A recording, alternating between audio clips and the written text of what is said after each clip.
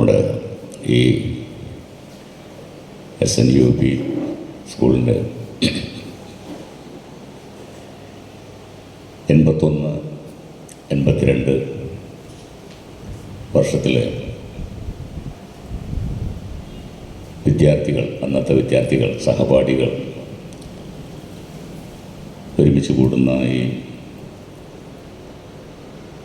സ്നേഹക്കൂട്ടിൽ ചേക്കേറിയ പ്രിയപ്പെട്ട സഹപാഠി സുഹൃത്തുക്കളെ, ഈ സമ്മേളനത്തിൻ്റെ അധ്യക്ഷനായിട്ട് ഉള്ള ഹരിദാസ്, അതുപോലെ തന്നെ മുഖ്യ പ്രഭാഷണം നടത്തുന്ന ശ്രീ EA സുഗതമാഷുടെ സ്റ്റുഡൻസാണ് നിങ്ങളൊക്കെ എന്ന് എനിക്കറിയാം. അനുമോദനം ഏറ്റുവാങ്ങുന്ന ശ്രീമതി ഷംഷാദ്, ബഷീർ, സഫ്ഖാൻ, ഷാജി, എന്നോടൊരു കവിത പുസ്തക പ്രകാശനം, രമണൻ രചിച്ച ആ കവിതാ പുസ്തകം പ്രകാശനം ചെയ്യുന്ന എനിക്കേറെ പ്രിയപ്പെട്ട, എനിക്ക് ഗുരുസ്ഥാനീയനാണെന്ന് പറയാവുന്ന ശ്രീ ചാക്കോടി അന്തിക്കാട് ആ പുസ്തകം സ്വീകരിക്കുന്ന മുതിർന്ന ഒരു കലാകാരൻ, നമ്മളൊക്കെ ഏറെ ബഹുമാനിക്കുന്ന പോൾസൺ താണിക്കൽ ഈ കവിതാ സംഹാരത്തിൻ്റെ രചയിതാവ് രമണൻ, വേദിയിലെ മറ്റ് വിശിഷ്ട വ്യക്തിത്വങ്ങളെ, സദസ്സിലെ പ്രിയമുള്ളവർ, എല്ലാവർക്കും എൻ്റെ വിനീതമായ നമസ്കാരം. അധികം വർഷമായിട്ടില്ല ഈ ഒരു കൂട്ടായ്മ രൂപീകരിച്ചിട്ട്. അതിൻ്റെ ഉത്ഭവകാലത്തൊക്കെ വലിയ സാന്നിധ്യ സഹകരണം ഉണ്ടായിരുന്നു. ഇപ്പോൾ ആളുകൾ കുറഞ്ഞു എന്നാണ് ഇവിടെ ഒരു വേവലാതി കേട്ടത്. ആളുകളൊന്നും കുറയില്ല. ആ ഒരു വർഷക്കാലത്തെ, ഒരു അധ്യയന വർഷത്തിലെ സ്റ്റുഡൻസ് അവർ പലരും ജീവിത മാർഗം തേടി, പലരും ചിലർ വിദേശത്തുള്ളവരായിരിക്കാം. എന്നാലും നാട്ടിലുള്ളവർ ഇത്രയും പേർ കൂടിയെന്നത് തന്നെ വലിയൊരു കാര്യമാണ്. കുറച്ച് കഴിയുമ്പോഴേക്കും കലാപരിപാടികളൊക്കെ ഉണ്ടാവും, ഗാനങ്ങളൊക്കെ ഉണ്ട് തോന്നുന്നു. അപ്പോഴേക്കൊക്കെ എല്ലാവരും വരും. ഇന്നത്തെ ദിവസത്തിൻ്റെ പ്രത്യേകത, ഇതുമായിട്ടൊരു ബന്ധമില്ലാത്ത ശിവജി ഗുരുവായൂർ എന്ന ഒരു സിനിമാ പ്രവർത്തകൻ്റെ സംസാരത്തിന് ഇവിടെ ഒരു വിലയില്ല എന്ന് വിചാരിക്കുന്ന ഒരാളാണ് ഞാൻ. പക്ഷെ സ്വാഗത പ്രസംഗത്തിൽ പറഞ്ഞു, ഞാൻ എന്തൊക്കെയോ പറയും, ഞാനെന്താ പറയേണ്ടത്, എൻ്റെ ഖ്യാതികൾ അല്ലെങ്കിൽ അതൊക്കെ ഇവിടെ വിളമ്പിയിട്ട് യാതൊരു കാര്യമില്ലല്ലോ. ഇവിടെ ഇന്ന് നിങ്ങളാണ് സംസാരിക്കേണ്ടത് എന്നാണ് എൻ്റെ ഒരു വിശ്വാസം. നിങ്ങൾക്ക് ഈ ഒരു വർഷക്കാലത്തെ അനുഭവങ്ങളും സങ്കടങ്ങളും സന്തോഷങ്ങളും ഒക്കെ പങ്കുവെച്ച് പിരിയുകയായിരിക്കും കൂടുതൽ നല്ലത് എന്ന് ഞാൻ മനസ്സിലാക്കുന്നു. ഇപ്പോൾ സുഗതൻ മാഷ് കൂടെ ഉണ്ട്. സുഗതൻ മാഷുടെ സ്റ്റുഡൻസാണ് നിങ്ങൾ. പോയ കാലങ്ങളിൽ മിക്കവാറും അധ്യാപകരോട് വന്നിരുന്നു എന്നും പറയുന്നു. അപ്പോൾ ഈ അധ്യാപകരും വിദ്യാർത്ഥികളും അഥവാ ഗുരു ശിഷ്യന്മാർ തമ്മിലുള്ള ആ ഒരു സ്നേഹബന്ധം നേരത്തെ ഉണ്ടായിരുന്നതിനെ അപേക്ഷിച്ച് ഇന്ന് എത്രമാത്രമുണ്ട് എന്നുള്ളത് അതൊരു സംസാര വിഷയമാണ്. ആ ഒരു സ്നേഹബന്ധം ഇന്നത്തെ നമ്മുടെ കുട്ടികൾക്ക് ഇല്ല എന്ന് വിശ്വസിക്കാനാണ് എനിക്ക് താല്പര്യം. അത് ഈ അധ്യാപകർക്കും അത് നഷ്ടപ്പെടുന്നുണ്ട്. കാരണം നമ്മളൊക്കെ പഠിക്കുന്ന കാലത്ത് നമ്മൾ അധ്യാപകരോടുണ്ടായിരുന്ന ആ ഒരു സ്നേഹ ബഹുമാനം, ഒരു ഭക്തി ബഹുമാനം ഇന്ന് എത്രമാത്രം നമ്മുടെ മക്കളുടെ മക്കൾക്ക് ഉണ്ട് എന്നുള്ളത് നമ്മൾ സ്വയം ചിന്തിച്ചാൽ മനസ്സിലാക്കാവുന്നതേ ഉള്ളൂ. പക്ഷേ ആ ഒരു സ്നേഹം കൂടുതൽ, എല്ലാ അർത്ഥത്തിലും ആ ഒരു സ്നേഹം കൂടുതൽ അനുഭവിച്ചിട്ടുള്ളവരാണ് നമ്മളൊക്കെ. അധ്യാപകരിൽ നിന്ന്, നമ്മുടെ ഗുരുവിൽ നിന്ന് ഉണ്ടാകുന്ന ആ ഒരു സ്നേഹം, ആ ഒരു വാത്സല്യം, നമുക്കങ്ങോട്ടുണ്ടാകുന്ന ഒരു ഭക്തി ബഹുമാനം, ഇതൊക്കെ ആവോളം ആസ്വദിച്ചവരാണ് നമ്മളൊക്കെ. പക്ഷെ ഇന്ന് നമ്മൾ സ്കൂളുകളിലേക്ക് നോക്കുമ്പോൾ അതൊന്നും നമ്മുടെ മക്കൾക്ക് കിട്ടുന്നില്ലല്ലോ എന്നുള്ളൊരു വേവലാതി കൂടി കൊണ്ടു നടക്കുന്നവരാണ് നമ്മൾ ഈ മുതിർന്നവരൊക്കെ. അന്നൊക്കെ അധ്യാപകരുടെ ഒരു സിമ്പൽ എന്ന് പറയുന്നത് ഒരു ചൂരലായിരുന്നു. അധ്യാപകൻ്റെ ഒരു സിംബോളിക്കാണ് ഒരു ചൂരൽ, കയ്യിൽ പിടിക്കുന്നവനാണ് അധ്യാപകൻ. നമ്മളൊക്കെ ഇഷ്ടംപോലെ അടിയും വാങ്ങിയിട്ടുണ്ട്. ഞാനൊക്കെ ഒരുപാട് അടി വാങ്ങിയിട്ടുണ്ട്. കാരണം ഞാനത്ര പഠിക്കാൻ എടുക്കണമെന്നല്ലായിരുന്നു. അതുകൊണ്ട് തന്നെ മാഷന്മാർക്ക് തന്നെ വലിയ താല്പര്യമില്ലായിരുന്നു. അപ്പോൾ അന്നൊക്കെ അടി കിട്ടുമ്പോൾ അത് വീട്ടിൽ പോയി പറയാൻ പോലും നമുക്ക് ഭയമാണ്. കാരണം വീട്ടിൽ പോയി പറഞ്ഞാൽ വീട്ടിൽ നിന്നും അതിൻ്റെ ഇരട്ടി കിട്ടും. ഇന്ന് നമ്മുടെ കുഞ്ഞുങ്ങൾ നമ്മുടെ വീട്ടിൽ വന്ന് ഇന്ന് എൻ്റെ ടീച്ചർ ഒന്ന് നുള്ളി എന്ന് പറഞ്ഞാൽ പിറ്റേ ദിവസം നമ്മൾ ഈ കുഞ്ഞിൻ്റെ കൈയും പിടിച്ച് ടീച്ചറുടെ ഓഫീസിൽ പോയി ഒരു 4 തെറി പറയാതെ, വഴക്ക് പറയാതെ നമുക്കൊരു സമാധാനം ഉണ്ടാവില്ല. അപ്പോൾ അത് നമ്മുടെ കുഞ്ഞിൻ്റെ മുമ്പിൽ വെച്ചിട്ടാണ് അധ്യാപകനെ അല്ലെങ്കിൽ അധ്യാപികയെ വഴക്ക് പറയുന്നത് എന്നുള്ളത് കൊണ്ട് തന്നെ ആ കുട്ടിക്ക് ടീച്ചറോടൊരു ശത്രുത. അപ്പോൾ ആ സ്നേഹത്തിന് പകരം ഒരു ശത്രുത ഊട്ടി വളർത്തുന്ന ഒരു കാലഘട്ടത്തിലാണ് നമ്മുടെ ഗുരുശിഷ്യ ബന്ധം മുന്നോട്ട് പോയിക്കൊണ്ടിരിക്കുന്നത്. പക്ഷേ സുഗതൻ മാഷുക്കൊക്കെ ആ ഒരു അനുഭവമായിരിക്കില്ല. സുഗതൻ മാഷിൽ നിന്ന് നിങ്ങൾ ഏറ്റുവാങ്ങിയിട്ടുള്ളതും ആ ഒരു അനുഭവമായിരിക്കില്ല.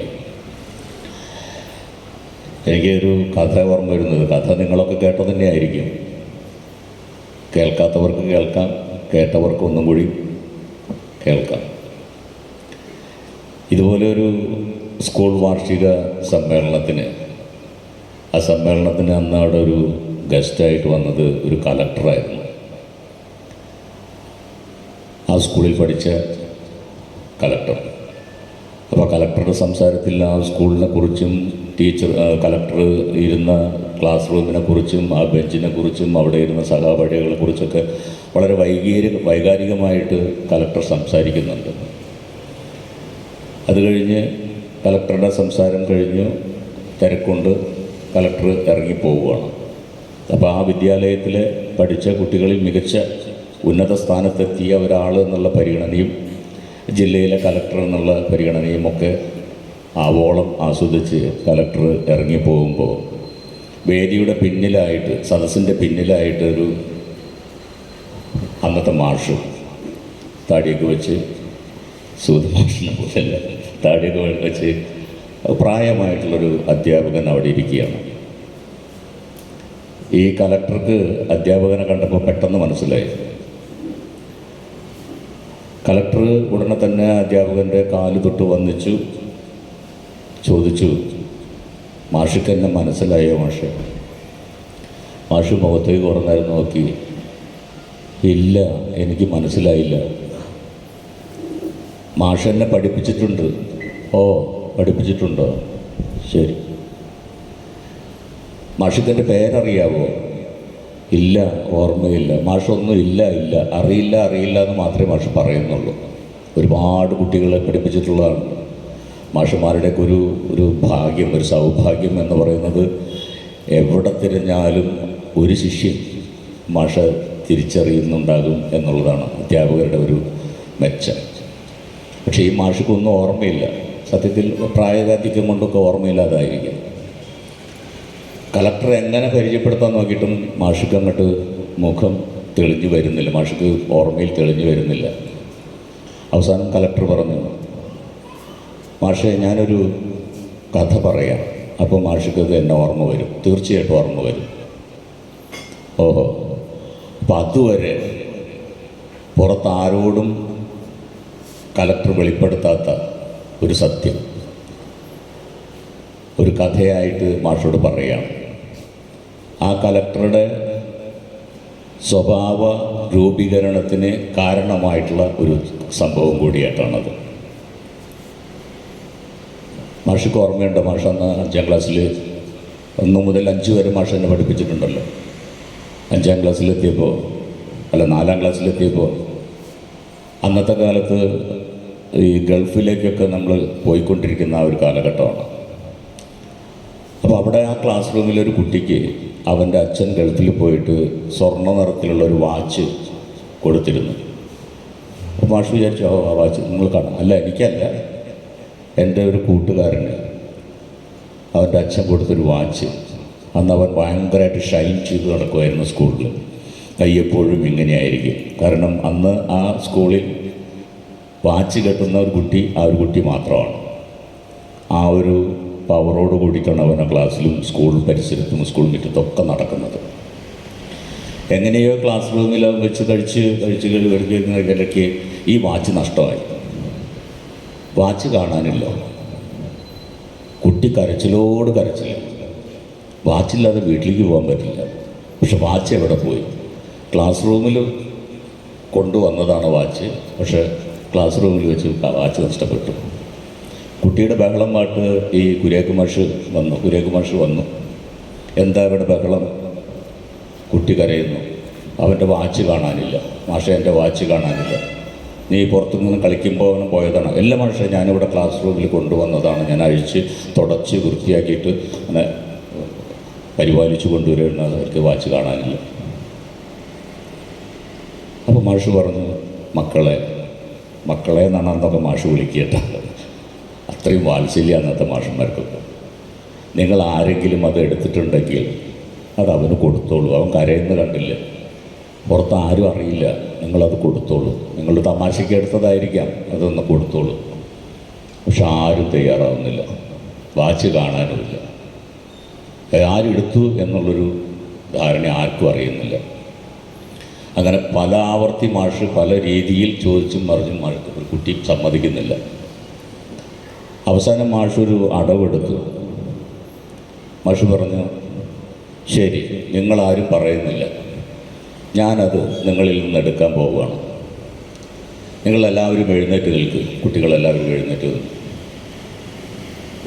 ഞാൻ നിങ്ങളുടെ എല്ലാവരെയും പരിശോധിക്കാൻ പോവുകയാണ്. വാച്ച് നിങ്ങളിലുണ്ട് എന്നെനിക്ക് അറിയാം. നിങ്ങളത് സ്വമേധയാ കൊടുക്കാത്ത പക്ഷം ഞാനത് നിങ്ങളിൽ നിന്ന് എടുത്ത് അവന് കൊടുക്കാൻ പോവുകയാണ്. ഞാനിത് പരിശോധിക്കുന്നു. അതിനു മുമ്പായിട്ട് നിങ്ങളെല്ലാവരും ഒരു കാര്യം ചെയ്യണം. നിങ്ങളെല്ലാവരും കണ്ണടച്ച് നിൽക്കണം. എല്ലാ കുട്ടികളും കണ്ണടച്ച് നിൽക്കണം. ഞാൻ പരിശോധിക്കുന്നത് നിങ്ങൾ കാണണ്ട. അങ്ങനെ മാഷ് അനുസരിച്ച് കൊണ്ട് എല്ലാ കുട്ടികളും കണ്ണടച്ച് നിന്നു. മാഷ് പരിശോധന തുടങ്ങി. പരിശോധിച്ചു. എല്ലാ കുട്ടികളും പരിശോധിക്കുന്നതിൻ്റെ ഇടയിൽ വാച്ച് കിട്ടി. ഒരു കുട്ടിയുടെ കയ്യിൽ നിന്ന് വാച്ച് കിട്ടി. മാഷ് അത് മേശപ്പുറത്ത് കൊണ്ടുവന്ന് വെച്ചു. ഇനി നിങ്ങൾ കണ്ണ് തുറന്നോളൂ. പാടാ, ഇതാ നിൻ്റെ വാച്ച്. എനിക്ക് സന്തോഷമായില്ല. അവിടെ പോയിരുന്നു. അവന് സന്തോഷമായി. ഇതാണ് അന്ന് നടന്ന സംഭവം. ഈ കഥ പറയുമ്പോഴേക്കും കലക്ടർ വല്ലാതെ ആയിപ്പോയി. കലക്ടർ പറഞ്ഞു, ഇപ്പം മാഷക്ക് തന്നെ മനസ്സിലായോ? മാഷ് വീണ്ടും തന്നെ ആവർത്തിക്കുന്നു, ഇല്ല, മനസ്സിലായില്ല, അറിയില്ല. മാഷേ, അന്ന് ആ വാച്ച് എടുത്തത് ഞാനായിരുന്നു. എൻ്റെ പോക്കറ്റിൽ നിന്നല്ലേ മാഷ് എടുത്തുകൊണ്ട് വരും. എന്നിട്ടും മാഷിക്ക് എന്നെ അറിയില്ലെന്നാണ് പറയുന്നത്. ഇല്ല, എനിക്കറിയില്ല. അവസാനം മാഷ് പറഞ്ഞു, ഞാൻ നിങ്ങളോട് കണ്ണടച്ച് നിൽക്കാൻ പറഞ്ഞു. ഞാൻ പരിശോധിക്കുമ്പോൾ നിങ്ങളെല്ലാവരും കണ്ണടച്ച് നിന്നു. ഈ പരിശോധിക്കുന്ന ഞാനും കണ്ണടച്ചുകൊണ്ടാണ് നിങ്ങളുടെ എല്ലാ പോക്കറ്റുകളൊക്കെ പരിശോധിച്ചത്. ഏത് കുട്ടിയുടെ പോക്കറ്റിൽ നിന്നാണോ കിട്ടിയത് എന്ന് ഇപ്പോഴും എനിക്കറിയില്ല. കാരണം ഞാനന്ന് കണ്ണ് തുറന്നുകൊണ്ട് നിൻ്റെ പോക്കറ്റിൽ നിന്ന് അത് എടുത്താൽ എൻ്റെ കാഴ്ചപ്പാടിൽ നീ എന്നൊരു കള്ളനായിരിക്കും. നിനക്കും തോന്നും ഞാനൊരു കള്ളനല്ലേ, കുട്ടികൾക്കൊക്കെ തോന്നും. അങ്ങനെ ഈ ഗുരുശിഷ്യ ബന്ധത്തിൽ അങ്ങനൊരു കുട്ടി മോശക്കാരനാവാൻ പാടില്ല എന്ന് ആ ഗുരു അധ്യാപകൻ ചിന്തിച്ചതിൻ്റെ ഭാഗമായിട്ടാണ് അങ്ങനെ ഒരു സംഭവം നടന്നത്. ഇതാണ് അന്നത്തെ സൂതമാഷിൻ്റെയൊക്കെ കാലഘട്ടത്തിലെ ഗുരുക്കന്മാർ എന്ന് പറയുന്നത്. എന്തുകൊണ്ടോ ആ നല്ല ഗുരുക്കന്മാർ അവർക്ക് ആഗ്രഹമില്ലാഞ്ഞിട്ടല്ല കേട്ടോ, നമ്മുടെ കുട്ടികളെ സ്വന്തം കുട്ടികളെ പോലെ അരുമ ശിഷ്യനായി ഓമനിച്ച് കൊണ്ടുപോകാൻ അവർക്ക് സാധ്യമില്ലാഞ്ഞിട്ടല്ല, അവർക്ക് ആഗ്രഹമില്ലാഞ്ഞിട്ടല്ല. പക്ഷേ നമ്മുടെ ഈ ഒരു സ്വാതന്ത്ര്യത്തിൻ്റെ, കുട്ടികൾക്ക് കൊടുക്കുന്ന അമിത സ്വാതന്ത്ര്യത്തിൻ്റെ അല്ലെങ്കിൽ ഓർഡർ ഇടുന്നതിൻ്റെ എൻ്റെ അഭിപ്രായത്തിൽ ആ ചൂരൽ വീണ്ടും വരണം എന്നാണ് എൻ്റെ ഒരു അഭിപ്രായം. കാരണം പലരും അതിനെ വിയോജിക്കുന്നവരുണ്ടായിരിക്കാം. അത് കുട്ടിയെ അടിക്കുന്നത് മാഷിക്ക് കുട്ടിയോടുള്ള ദേഷ്യം കൊണ്ടല്ല, ആ അടിക്കുന്നതിലുമുണ്ട് ഒരു സ്നേഹം എന്നതാണ് എനിക്ക് തോന്നിയിട്ടുള്ളത്. എത്രയോ അടി എനിക്ക് കിട്ടിയിരിക്കുന്നു. എനിക്ക് ആ എൻ്റെ മാഷന്മാരോട് ഇപ്പോഴും ഒരു ദേഷ്യം തോന്നിയിട്ടില്ല. പക്ഷേ അടിക്കാതിരുന്നിട്ടും കുട്ടികൾക്ക് ഇന്ന് മാഷന്മാരോടൊരു ഒരു ഭയഭക്തി ബഹുമാനം നഷ്ടപ്പെടുന്ന ഒരു കാലത്താണ് നമ്മളൊക്കെ ആ പഴയ ഓർമ്മയിൽ ഒത്തുകൂടുന്നത്. നിങ്ങൾക്ക് ഒരുപാട് ഓർമ്മകൾ പങ്കുവയ്ക്കാനുണ്ടാകും. എന്തായാലും ഇന്നിവിടെ ഒരു കവിതാ സമാഹാരം, ഞാൻ ആ കവിത വായിച്ചിട്ടില്ല. രമണൻ്റെ കവിതയുണ്ട്. ഒരു പക്ഷേ അന്നത്തെ നൊസ്റ്റാളജിക്കൊക്കെ പ്രണയം, എന്താ പേര് കവിത? പ്രണയിനി, അതിലൊരു പ്രണയമൊക്കെ ഉണ്ടാകും. നമ്മളിപ്പോൾ ഈ 81-82 കാലഘട്ടത്തിൽ വളരെ നിഷ്കളങ്കമായ പ്രണയം കൊണ്ട് നടന്നവരാണ് നമ്മളൊക്കെ, അല്ലേ? എത്ര നിഷ്കളങ്കമായിട്ടുള്ള പ്രണയം. നമുക്കൊരു ഒരാണാണെങ്കിൽ ഒരു ആൺകുട്ടിക്ക് പെൺകുട്ടിയോട് തോന്നുന്ന, പെൺകുട്ടിക്ക് ആൺകുട്ടിയോട് തോന്നുന്ന ആ ഒരു പ്രണയം. അവിടെ അവൻ്റെ ജാതി നമ്മൾ അന്വേഷിക്കാറില്ല, അവൻ്റെ സാമ്പത്തിക ഉയർച്ച നമ്മൾ അന്വേഷിക്കാറില്ല. ഇതൊന്നും നോക്കാതെ നിഷ്കളങ്കമായിട്ട് പ്രണയിക്കാതെ കടന്നുപോയ ആരും ഈ കൂട്ടത്തിൽ ഉണ്ടാവില്ല എന്നാണ് ഞാൻ വിശ്വസിക്കുന്നത്. പ്രണയിനി, നമ്മളെ അനിൽ പനച്ചൂരൻ എന്നൊരു കവിയെ നമുക്ക് ഓർമ്മയുണ്ടാകും. അദ്ദേഹം ഇപ്പോൾ നമ്മളോടൊപ്പം ഇല്ല. അദ്ദേഹവും ഞാനും ഒരുമിച്ചാണ് സിനിമയിലേക്ക് വരുന്നത്. അറബിക്കഥ എന്ന സിനിമയിലേക്ക് ഞാൻ അഭിനയിക്കാനും അതിലെ കവിതകൾ എഴുതാൻ വേണ്ടി അനിൽ പനച്ചൂരാൻ. അതിനു മുമ്പ് അദ്ദേഹം ഒരു അഡ്വക്കേറ്റായിരുന്നു. ഓച്ചിറ പരിസരത്താണ് വീട്. എനിക്കറിയാമായിരുന്ന ഒരാളാണ്. സൗഹൃദ വേളയിലൊക്കെ ഇങ്ങനെ കവിത എഴുതിയ കവിതകൾ ഇങ്ങനെ സ്വന്തം ചൊല്ലാറുണ്ട്. അതിലെനിക്ക് ഏറ്റവും മനസ്സിൽ തങ്ങി നിൽക്കുന്ന ആളുമാണ്. അല്ലാതെ അട്രാക്റ്റ് ചെയ്ത, അതിനേക്കാളുപരി ഞാൻ ഈ പറഞ്ഞ നിഷ്കളങ്ക പ്രേമത്തിൻ്റെ ആ ഒരു കവിതയുണ്ട് അദ്ദേഹത്തിൻ്റെ. നിങ്ങൾ കേട്ട് കാണും. 2 കിളികളുടെ പ്രണയമാണ്. പ്രണയിച്ചിരുന്ന 2 കിളികളുടെ കഥ. അതിൽ കിളി മറ്റേ കിളിയോട് പറയുന്ന രൂപമാണ്. അത് കിളികളെ വെച്ചാണ് അദ്ദേഹം എഴുതിയെങ്കിലും ഞാൻ വായിച്ചെടുക്കുന്നത് നമ്മളെയാണ്, നമ്മളെ നിഷ്കളങ്കമായിട്ടുള്ള പ്രണയകാലത്തെയാണ്. വലയിൽ വീണ കിളികൾ എന്നാണ് ആ കവിതയുടെ പേര്. കവിത നിങ്ങൾ കേട്ടിട്ടുണ്ടാവും. എനിക്ക് കവിത ചൊല്ലാൻ പ്രാപ്തനല്ലാത്തതുകൊണ്ടും അത് മുഴുവൻ കാണാപ്പാടല്ലാത്തതുകൊണ്ടും ഞാൻ ചൊല്ലി വഷളാക്കുന്നില്ല. അപ്പോൾ ആ കവിതയിൽ പറയുന്നത് 2 കിളികൾ പ്രണയിച്ചിരുന്നു. വയലിൽ പാറി നടത്തിരുന്ന, കതിര് കൊത്തി പങ്കുവച്ചിരുന്ന 2 കിളികൾ. ഒരു ദിവസം ഒരു വേടൻ അവരെ വലയിൽ വീഴ്ത്തുന്നു, തെരുവിൽ വിൽക്കാൻ വയ്ക്കുന്നു. അവർ രണ്ടും 2 കൂട്ടിലായി ഒരുമിച്ച് കൊക്കുരുമി നിന്നിരുന്ന 2 കിളികൾ 2 കൂട്ടിലായി അകപ്പെടുന്നു. ഒരു കിളിയെ ഒരാൾ വാങ്ങുന്നു, മറ്റേ കിളിയെ മറ്റാൾ വാങ്ങുന്നു. അപ്പോൾ അവസാനം പറയുന്നൊരു വരിയുണ്ട് അതിൽ, അതാണ് കൂടുവിട്ട് കൂടുമാറുമേ മോഹമാര് കൂട്ടിലാക്കിയിടും. അങ്ങനെ ഒരു കവിതയുണ്ട്.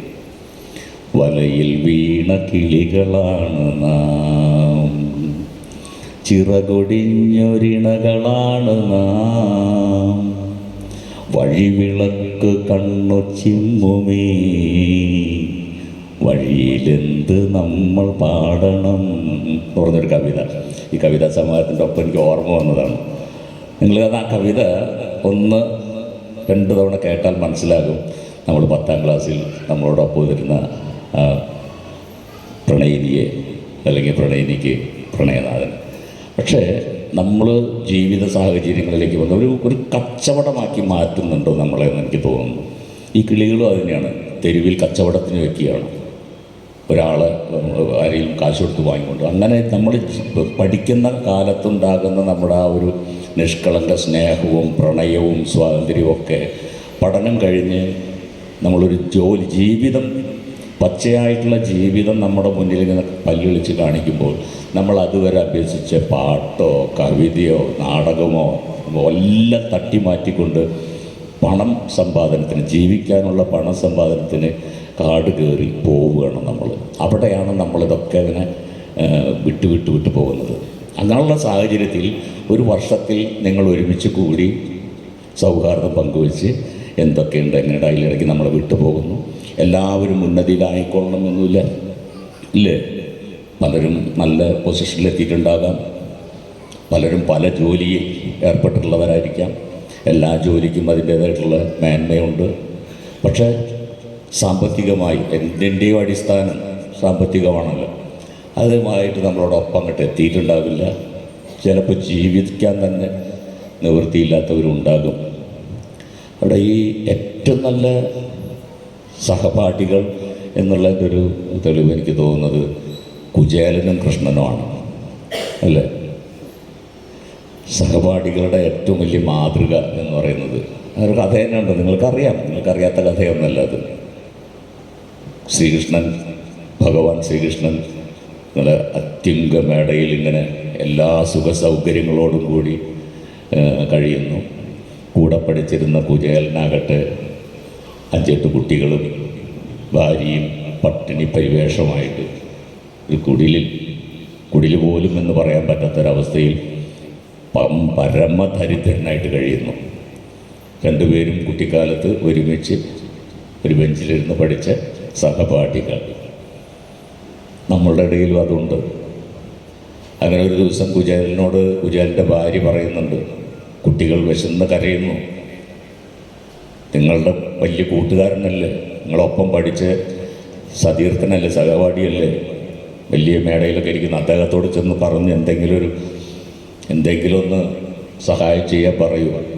പക്ഷേ കുചേലൻ്റെ മനസ്സങ്ങോട്ട് അഭിമാനം സമ്മതിക്കുന്നില്ല. പരമ്പരല്ല, ശ്രീകൃഷ്ണൻ, ഭഗവാൻ കൃഷ്ണൻ എവിടെയോ ഇരിക്കുന്നു, നമ്മൾ ഈ ചെന്നുകൊണ്ട് എന്നെ തിരിച്ചറിഞ്ഞോളണം പോലും ഇല്ല എന്നൊക്കെയാണ് അദ്ദേഹം ചിന്തിക്കുന്നത്. അങ്ങനെ ഇരിക്കെ ഭാര്യയുടെ നിർബന്ധപ്രകാരം കുചേലൻ തീരുമാനിക്കണം, എന്തായാലും വേണ്ടില്ല, ഒന്ന് പോയി കണ്ട് പറയാം, പരിചയപ്പെടുത്തിയ ഓർമ്മ വരാണ്ടിരിക്കില്ല എന്നൊക്കെ പറയാം എന്നൊക്കെ പറഞ്ഞിട്ട് പോകുന്നത്. ഒരു അവിലും കക്ഷത്തൊടുക്കി കുചേലന് പോകുന്ന കഥകൾ നിങ്ങൾക്കറിയാമല്ലോ. അങ്ങനെ കുചേലൻ കൃഷ്ണൻ്റെ കൊട്ടാരത്തിൻ്റെ അടുത്തെത്തുമ്പോഴേക്കും അകലേന്ന് തന്നെ കൃഷ്ണൻ കാണുന്നു, കൃഷ്ണന് മനസ്സിലാവുന്നു തൻ്റെ സഹപാഠി ഇതാ വരുന്നു, നടന്നു വരുന്നു. കൃഷ്ണൻ ഓടിച്ചെന്ന്, തൻ്റെ ഭാര്യയോടൊപ്പം ഓടിച്ചെന്ന് കൃഷ്ണനെ സ്വീകരിക്കുന്നതും കാല് കഴുകുന്നതും ഒക്കെ നിങ്ങൾക്കറിയാം. അപ്പോഴും കുചേലൻ ഇത് ചോദിക്കുന്നില്ല, ഞാൻ എന്തിനാ വന്ന് എന്ന് ചോദിക്കുന്നില്ല. മടി. അദ്ദേഹത്തിൻ്റെ ആ ഒരു സ്വീകരണ ചടങ്ങിൽ തന്നെ അദ്ദേഹം വല്ലാണ്ടായിപ്പോയി കുചേലൻ. അതിൻ്റെ ഇടയിൽ ഇത് ചോദിക്കാൻ മറന്നുപോയി. ഞാൻ ഇങ്ങനെ എന്തെങ്കിലും സഹായം ചോദിക്കാനാണ് വന്നത് എന്ന് ചോദിക്കാൻ മറന്നുപോയി. അദ്ദേഹം മറന്നുപോയതല്ല, ചോദിക്കാൻ കഴിഞ്ഞില്ല. അവസാനം എല്ലാ ആദരവും എല്ലാം സ്വീകരിച്ച് കുചേലൻ മടങ്ങുകയാണ്. വഴിയിൽ ഇങ്ങനെ അദ്ദേഹം പ്രാകുന്നുണ്ട്. എന്താ ഞാനിപ്പോൾ എൻ്റെ ഭാര്യയോട് പോയി പറയുക, എന്തെങ്കിലും സഹായം ചോദിച്ചിരുന്നെങ്കിൽ അദ്ദേഹം തന്നേനെ, പക്ഷെ ചോദിക്കാൻ എനിക്ക് പറ്റിയില്ല, ഇനിയിപ്പോൾ എന്തു ചെയ്യും എന്ന് പറഞ്ഞിട്ട് വെറുപുറത്തുകൊണ്ട് വീട്ടിൽ ചെല്ലുമ്പോഴാണ് മനസ്സിലാവുന്നത് കുചേലൻ്റെ കുടിലൊരു കൊട്ടാരമായിരിക്കുന്നു. അതിൽ കഥയിൽ ചോദ്യമില്ല എങ്ങനെയായി എന്നുള്ളത്. അത് ശ്രീകൃഷ്ണൻ്റെ വേലകളാൽ കുചേലൻ്റെ ഒരു വീട് കുടില് ഒരു കൊട്ടാരമായി മാറിയിരിക്കുന്നു. ശ്രീകൃഷ്ണ ഭഗവാൻ എങ്ങനെയാണോ കഴിയുന്നത് അതേപോലെയുള്ള ഒരു കൊട്ടാര സദൃശമായിട്ടുള്ളൊരു വീട് കുചേലന് കൃഷ്ണൻ സമ്മതിക്കുകയാണ്.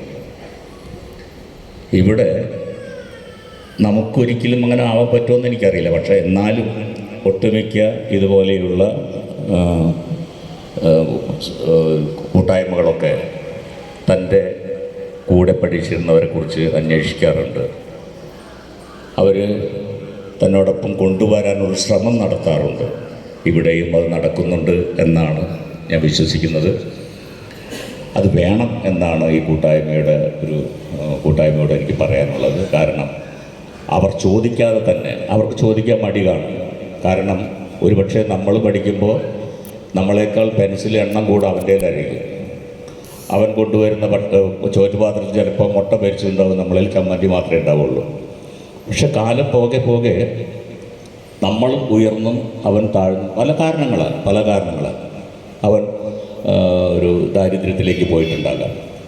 നമ്മൾ അന്വേഷിക്കണം ആർക്കൊക്കെയാണ് ഇതിൽ അസുഖമുള്ളവരുണ്ട്, പ്രാരാബ്ധങ്ങളുള്ളവരുണ്ട്. നമ്മുടെ ഒപ്പം എത്തിക്കാൻ പറ്റിയില്ലെങ്കിലും നമ്മളാൽ കഴിയുന്ന എന്തെങ്കിലും ചെയ്ത് അവരെ നമ്മളോടൊപ്പം കൊണ്ടുവരാനുള്ളൊരു ശ്രമം കൂടി ഇതിൻ്റെ ഭാഗമായിട്ട് ഉണ്ടാകണമെന്നാണ് ഞാൻ അഭ്യർത്ഥിച്ചില്ലെങ്കിലും നിങ്ങളത് ചെയ്യുന്നുണ്ട്, ഉണ്ടാകുമെന്ന് തന്നെയാണ് എൻ്റെ വിശ്വാസം. അങ്ങനെ വരുമ്പോഴാണ് ഈ കൂട്ടായ്മ 100% ഒരു പൂർണ്ണതയിലേക്ക് എത്തുക എന്ന് പറയുന്നത്. ഒരുപക്ഷെ നിങ്ങൾക്കൊക്കെ ചെയ്യാൻ കഴിയുമായിരിക്കും. നമ്മൾ കൂടെ പഠിച്ചവർ തന്നെയാണ്. ആ ഒരു സതീർത്ഥ്യ സ്നേഹം, ഒരു സഹപാഠി സ്നേഹം, അത് ഇങ്ങനെയുള്ള മുഖാമുഖം സംസാരിക്കുന്നതിനപ്പുറത്ത് തന്നെ ഒരുപക്ഷെ നിങ്ങൾക്ക് പറയാൻ ബുദ്ധിമുട്ടുണ്ടാകും. പറയാതെ തന്നെ നമ്മളത് കണ്ടെത്തി ചെയ്യുന്നതിലാണ് ഏറ്റവും വലിയ കാര്യം. ഇത്രയൊക്കെ എനിക്ക് പറയാനുള്ളൂ. പിന്നെ എൻ്റെ സിനിമാ കഥകളെക്കുറിച്ചൊന്നും ഇവിടെ വിളമ്പിയിട്ട് കാര്യമില്ലല്ലോ. എന്തായാലും ഇങ്ങനൊരു ഫംഗ്ഷനിൽ പങ്കെടുക്കാൻ കഴിഞ്ഞത് വലിയ സന്തോഷം. ഇങ്ങനെ ഒരു വിദ്യാർത്ഥി സംഗമം തുടങ്ങി വയ്ക്കുന്നതിൽ ആൾ ജോസാണെന്ന് തോന്നുന്നു, അല്ലേ?